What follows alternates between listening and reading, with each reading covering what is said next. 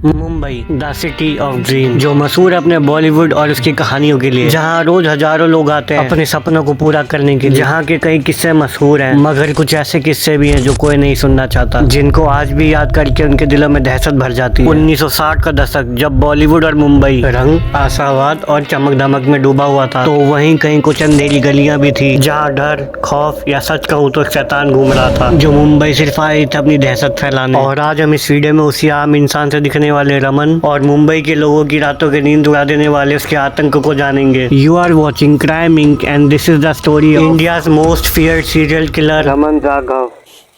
साल 1968, बॉम्बे की चमक धमक से दूर बॉम्बे पुलिस को बोरीवली के पोस्टर इलाके में एक मर्डर की जानकारी मिलती है, और जब पुलिस स्पॉट पर पहुंचती है तो देखती है झोपड़ी के पास एक बॉडी पड़ी है, जिसे देख के ऐसा लग रहा था किसी धारदार और नोकीले हथियार से उस पर बड़ी बेरहमी से वार किया गया है। और उस झोपड़ी में एक औरत और एक बच्चा भी था, जिस पर औरत का बयान लेने पर जब उससे पूछा क्या तुमने किसी को देखा है, तो वह बताती है रात को अंधेरा होने के कारण वह कुछ देख नहीं पाई। जिसके बाद पुलिस ने केस तो दर्ज कर लिया, मगर ढंग से जांच नहीं की। पुलिस को लगा कि ये कोई आपसी रंजिश का मामला है, मगर आगे जो होने वाला था उसका अंदाजा पुलिस को भी नहीं था। और कुछ देर बाद पुलिस को पता चलता है कि कुछ किलोमीटर दूर उसी रात एक और कत्ल हुआ है, और यहाँ भी झोपड़ी के बाहर सो रहे व्यक्ति पर किसी धारदार हथियार से हमला किया गया है। और पुलिस यहाँ भी पहुंची, केस दर्ज किया और निकल गई, और उन्होंने एक बार भी नहीं सोचा कि इसका कोई लिंक हो सकता है, जिसका हम वीडियो के एंड में बात करेंगे कि ऐसा क्यों हो रहा था। इसके लगभग 6 से 7 दिन के बाद मलाड में एक हाईवे की तरफ एक झोपड़ी में सो रहे पति पत्नी और यहाँ तक कि उसके दूध पीते बच्चे का खून हो जाता है। और पुलिस यहाँ पर पहुँच के सन्न हो जाती है, क्योंकि जिस बेरहमी से इस वारदात को अंजाम दिया गया था, यह काम किसी इंसान का नहीं हैवान का था। मगर इस बार एक अच्छी चीज होती है कि खून के बाद कातिल अपना हथियार वहीं छोड़ गया था। पुलिस को वहाँ पर एक छाता और नोकीला सा एक हथियार मिलता है, और इसके बाद पुलिस थोड़ा हरकत में आती है और उसे 2 हफ्ते पहले हुए खून भी याद आते हैं, जिसमें इसी तरह नोकीले हथियार से सर पर वार करके वारदात को अंजाम दिया था। जिसके बाद पुलिस उस छाते और हथियार को फिंगरप्रिंट की जांच के लिए भेज देती है, जिससे कोई सुराग मिले। मगर अफसोस कोई सुराग नहीं मिलता, क्योंकि उस समय बारिश का सीजन था और बारिश में सारे फिंगरप्रिंट मिट गए थे। मगर अब इस घटना के बाद आम लोगों में दहशत इतनी बढ़ गई थी कि लोग बाहर सोने में भी डर रहे थे, और पुलिस को कातिल ना ढूंढ पाने के कारण लोगों में अपनी सुरक्षा के लिए डर बढ़ रहा था, और खुद के बचाव के लिए कई लोग रातों में डंडे और लाठियां लेकर रात को पहरा देने लग गए। मगर इसका उल्टा परिणाम ये हुआ कि कई बेकसूरों को कातिल होने के शक के कारण बड़ी बेरहमी से पीटा गया। तो वहीं कई लोगों ने ऐसी अफवाह फैलाई कि ये कोई मायावी है। मगर अब पुलिस की जांच तेज होने वाली थी, और अब जो रमन के काले इतिहास के बारे में पता लगने वाला था, वह तो और भी भयानक था। अब धीरे धीरे इन पुलिस की नाकामी ने इन सब अफवाहों को और भड़का दिया, जिसकी वजह से पुलिस पर इस केस को सुलझाने का दबाव बढ़ते जा रहा था। तो उस समय के पुलिस कमिश्नर ES मोदक ने यह केस CID को दे दिया, और CID की एक स्पेशल टीम बनाई गई, और इस टीम को लीड करने की जिम्मेदारी उस समय के मुंबई के DCP श्री रमाकांत कुलकर्णी जी को दी गई। साल 1968 में ही श्री रमाकांत कुलकर्णी जी को CID का हेड बनाया गया था, और वह उस समय के सबसे यंग DCP थे। लेकिन जब यह केस उनको दिया गया तो उन्हीं के ही क्राइम ब्रांच के ऑफिसरों ने ही उनका बहुत विरोध किया, और उनका ये कहना था कि उनको ऐसे केस सुलझाने का कोई एक्सपीरियंस नहीं है। मगर कई विरोध के बाद भी इस केस की जिम्मेदारी उन्हीं को दी गई, जिसके बाद रमाकांत कुलकर्णी जी ने अपने अंडर पुलिस की एक बहुत बड़ी टीम बनाई, और अब 2000 के लगभग पुलिस वाले दिन में 24 घंटे कई इलाकों में कातिल को पकड़ने के लिए गश्त लगाने लगे। मगर कोई फायदा नहीं हुआ, क्योंकि अभी तक कोई सुराग मिला ही नहीं था। मगर अब कुछ ऐसा होने वाला था जिससे कातिल और उसके काले इतिहास के बारे में पता लगने वाला था। एक दिन उन्हीं के टीम के इंस्पेक्टर श्री विनायक राव वकाटकर ने बताया कि आज से ठीक 2 साल पहले सन 1965 और 66 में भी कुछ इसी तरह की सीरियल किलिंग की वारदातें हुई थी, और उस समय ये सारी घटनाएं मुंबई के बाहरी इलाके ईस्ट एक्सप्रेसवे के पास झुग्गी झोपड़ी में रहने वाले गरीब और दिहाड़ी मजदूरों के साथ हुई थी। और उस समय भी 19 सोते हुए लोगों पर यह हमला किया गया था, जिसमें 9 लोगों की मौत हो गई थी, और उस समय भी किसी धारदार और नोकीली चीज से उनके सर पर वार किया गया था। और जो उस समय हमले हुए थे और जो इस दौरान हो रहे हैं, उनका मोडस ऑफ ऑपरेंडी, मतलब उनके काम करने का तरीका बिल्कुल मिलता है। और उस समय विनायक राव जी मुलुंड थाने के इंस्पेक्टर इंचार्ज थे, जब उन्हें इन सब वारदातों की जानकारी मिली थी। फिर उन इलाकों में 24 घंटे पुलिस की पेट्रोलिंग होने लगी। और एक रात जब वे अपने स्कूटर पर गश्त लगा रहे थे तो उन्हें वहाँ पर एक व्यक्ति बिना किसी डर के वहाँ घूमता दिख रहा था। मगर यह उस समय मुमकिन नहीं था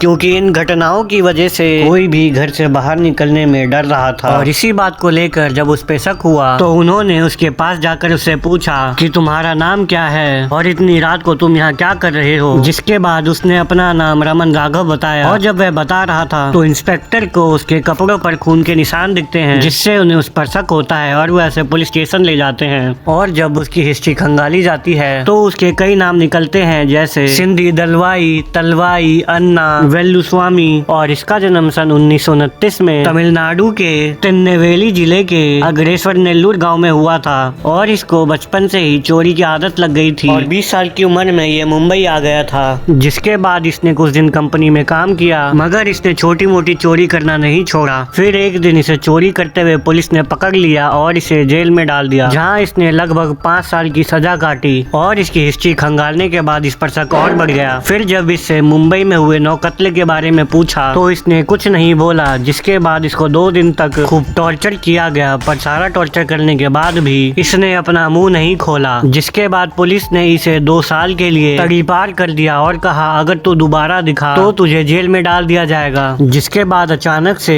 ये कत्ल की सारी वारदातें बंद हो गई थी, मगर अब 2 साल पूरे हो जाने के बाद अब ये फिर से बढ़ गई है। और अब डीसीपी रमाकांत जी को पूरा यकीन हो गया था इन सब में रमन का ही हाथ है। और अब वह 2 साल बाद मुंबई फिर से आ गया है। जिसके बाद डीसीपी रमाकांत जी ने उसके सारे रिकॉर्ड मंगवाए, जिसमें उसके फिंगरप्रिंट और फोटो थी। और इन फिंगरप्रिंट और फोटो को हर पुलिस स्टेशन में भेज दिया और ये अलर्ट जारी कर दिया कि यह शख्स जहां मिले इसको गिरफ्तार कर ले। और उसी दिन रमन राघव ने मुंबई के एक इलाके में 2 लोगों की हत्या कर दी। और जब वहां पुलिस पहुंची तो उनको मौका वारदात पर फिंगरप्रिंट मिल गए और ये फिंगरप्रिंट रमन राघव के फिंगरप्रिंट से मैच हो गए। जिसके बाद ये कंफर्म हो गया ये काम रमन राघव का ही है। जिसके बाद पुलिस ने रमन की तलाश को और तेज कर दी और अब पुलिस उसकी फोटो लेकर सबसे पूछताछ करने लग गई, मगर पुलिस के हाथ कोई सफलता नहीं लगी। मगर एक दिन 27 अगस्त 1968 को एक सब इंस्पेक्टर एलेक्स ने मुंबई के पोईसर इलाके से उसे ढूंढ लिया। और जब उससे उसका नाम पूछा तो उस शख्स ने अपना नाम दलवाई बताया। और ये नाम सुनते ही सब इंस्पेक्टर एलेक्स ने याद किया कि ये रमन के कई नामों में से एक नाम है। मगर फिर भी वह पूरा संतुष्ट होने के लिए उसको पुलिस स्टेशन ले गए और जब फोटो से मिलान किया तो वह रमन राघव ही था। और फाइनली पुलिस जिसे ढूंढ रही थी वह शैतान अब पकड़ा जा चुका था। और जैसे ही लोगों को पता चला कि वह दरिंदा पकड़ा गया है तो वह सब पुलिस स्टेशन के बाहर आके जश्न मनाने लग गए। मगर अब पुलिस के लिए सबसे बड़ा चैलेंज ये था कि उससे कैसे गुनाह कबूल करवाया जाए। मगर अब जो वह बताने वाला था वह तो और भी भयानक था।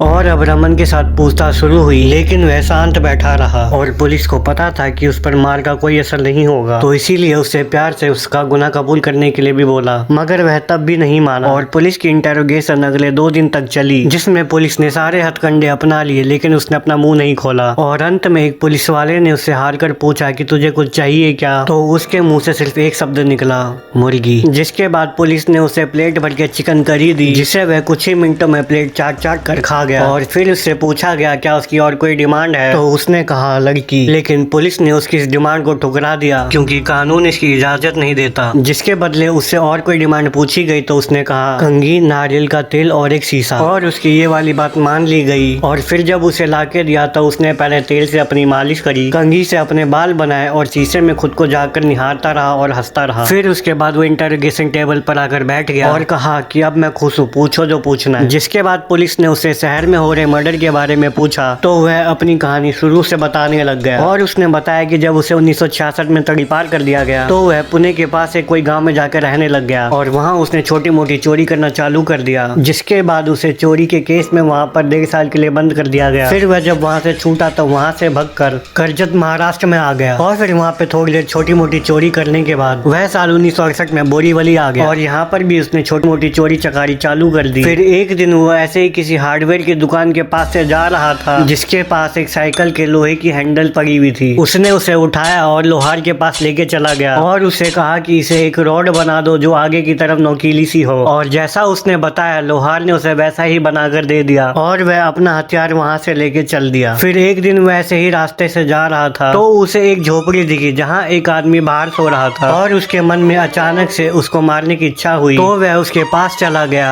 और उसके सर पर एक जोरदार वार किया, जिसके बाद वह व्यक्ति बहुत तेज चिल्लाया तो रमन ने उसके ऊपर एक साथ 2 से लेकर 4 वार कर दिए और उस व्यक्ति की जान चली गई। जिसके बाद झोपड़ी में मौजूद उसकी बीवी ने बहुत तेज चिल्लाया तो वह पकड़े जाने के डर से वहाँ से भाग गया और वहाँ से भागकर मलाड पहुँच गया। और उस समय लगभग रात के 3 बज रहे थे और वहाँ भी उसे एक झोपड़ी दिखी जहाँ एक आदमी बाहर सो रहा था और फिर से उसके अंदर से आवाज आई कि इसे मार दे, तो उसने उसको भी मार दिया और मारने के बाद उसके हाथ की घड़ी और एक पोटली लेके वह वहाँ से जंगल में भाग गया और उस पोटली में उसे 262 रुपए मिले। और फिर ऐसे ही कुछ दिनों बाद वह एक हाईवे के पास से गुजर रहा था तो उसे एक सुनसान सी जगह पर एक झोपड़ी दिखी जहाँ से उसे एक औरत के गुनगुनाने की आवाज आ रही थी। तो वह झोपड़ी के पीछे से जाकर छत पर चढ़ गया और झोपड़ी में एक छेद से देखने लग गया तो उसे दिखा कि औरत अपने बच्चे को दूध पिला रही है और उसके गले में एक सोने का मंगलसूत्र है और उसका उस मंगलसूत्र पर दिल आ गया। फिर वह उस औरत का रात भर सोने का वेट करता रहा पर वह नहीं सोई तो फिर वह वहाँ से चला गया और अगले 4 दिन तक उसके घर की रेकी करने लगा, मगर वह औरत हमेशा जगी रहती थी। फिर एक दिन बहुत तेज बारिश हो रही थी लेकिन फिर भी रमन वहाँ अपना छाता लेकर पहुँच गया और इस बार वह औरत सो रही थी और साथ में ही एक खाट पर उसका पति भी सो रहा था। फिर उसके बाद वह उसकी झोपड़ी में घुस गया और उस चाकू से पहले उसके पति का गला काट दिया। फिर उसके बाद उसने उसकी पत्नी को भी मार दिया और जैसे ही वह उसका मंगलसूत्र लेने वाला था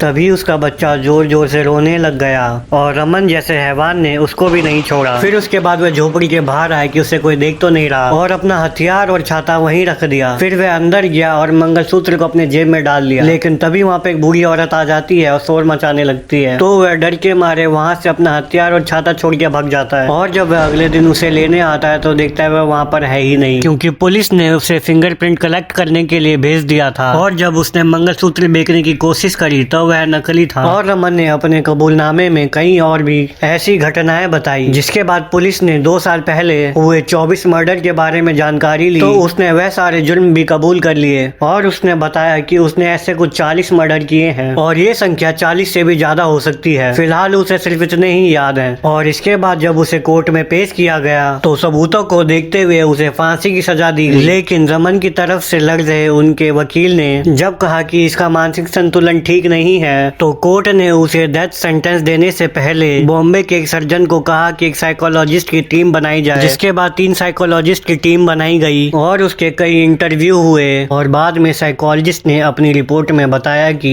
रमन को क्रॉनिक पैरानॉइड स्किज़ोफ्रेनिया है, जिसमें बार बार उसे कोई भी काम करने की आवाजें आती हैं और उसे लगता है कि हर कोई उसके खिलाफ काम कर रहा है। और ये देखने के बाद कोर्ट ने रमन की डेथ सेंटेंस को घटाकर लाइफ इम्प्रिजमेंट कर दी और 7 अप्रैल 1995 को पुणे की एक जेल में रमन की किडनी फेलियर से मृत्यु हो गई। तो आखिरकार जिसने मुंबई को कई दिनों तक अपने आतंक के साए में रखा उसका उस दिन अंत हो गया। मगर रमन की इस भयानक कहानी में हमारे समाज की भी कुछ काली सच्चाइयों के बारे में पता चला, जहाँ एक तरफ चमक धमक है तो दूसरी तरफ यह काली सच्चाई भी है, जहाँ कई गरीब और निर्दोष लोगों को बहुत पहले ही बचाया जा सकता था अगर पुलिस पहले ही ढंग से जांच कर ली होती। लेकिन पुलिस ने सारे केस की जांच इसलिए अच्छे से नहीं की क्योंकि जिनका खून हो रहा था वह ज्यादातर गरीब और झोपड़ी में रहने वाले लोग थे और इनकी सुनने वाला कोई नहीं था। और जब उन्होंने अपने बचाव के लिए जब कानून अपने हाथ में लिया तब जाकर पुलिस की आंख खुली और उन्होंने ये केस CID को दे दिया। लेकिन जब केस श्री रमाकांत कुलकर्णी जैसे ऑनेस्ट ऑफिसर को मिला